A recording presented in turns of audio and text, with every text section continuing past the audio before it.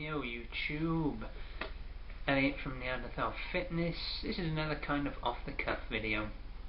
It's Monday evening. As you can see, it's lighter than it normally is. So we're enjoying the beginnings of summer over here. So yeah, I thought I'd use the last bit of daylight to do a quick video. This is, for those of you who don't recognize it, a Vibram. It's a barefoot running shoe. I do not work for them, I am not endorsed by them, but I went to the gadget show this weekend, very cool, and I picked up, which I found quite humorous, probably the least gadgety thing there. Basically, a barefoot running shoe. Vibrams are some of the most popular, potentially because they have this cool look, or I think it's cool, some people think it's a bit lame, of like separated toes. You have an individual pocket for each toe, kind of like those old toe socks you got when you were a kid, but for running in, or walking, or doing whatever. So the concept of a barefoot running shoe is something that's quite interesting to me. I do like to take a holistic approach to health and fitness because I just think it's important. I think that, doing something just to look a certain way is not as important as doing something that actually makes you healthier and happier in the long run. So the idea of a barefoot running shoe is that there's very minimal padding. I'll show you as good as I can there. That's you see, it's like paper thin.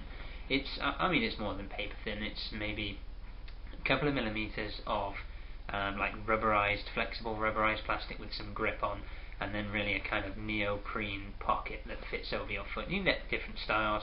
This is their most minimalist, so this is the thinnest sole, and it's very flexible. So the idea is that you run how you would if you were barefoot, but without standing on the bits of broken glass and things that will hurt your feet. I have quite weak arches, very flat-footed, which if you guys know much about postural alignment, you'll know that it tends to start at the bottom. So what you'll find if you have something similar to what I have is kind of my feet roll inwards, so whereas my ankles should be straight up, they're kind of at this angle, so they come down on the side of my feet because my arches, instead of being like this, are collapsed, so the bone doesn't sit in the right position, which can lead to hip misalignment, and it is probably something to do with why I have kyphosis. So you've probably seen my kyphosis videos, where I'm trying to address that at the scene of the accident, as it were. But this is another approach to that, and also just to kind of help me get fit. So I'm going to be taking a bit of a journey in using these Vibram running shoes. They say that you should adjust slowly, so kind of walk around in them. So I've been wearing them at home. I wore them today to get in some squats and some lunges, just to get used to kind of moving in them. Immediately what I noticed with squatting is that potentially my squatting form is shit. I always thought it was very good, but when I wear these, my knees click a lot.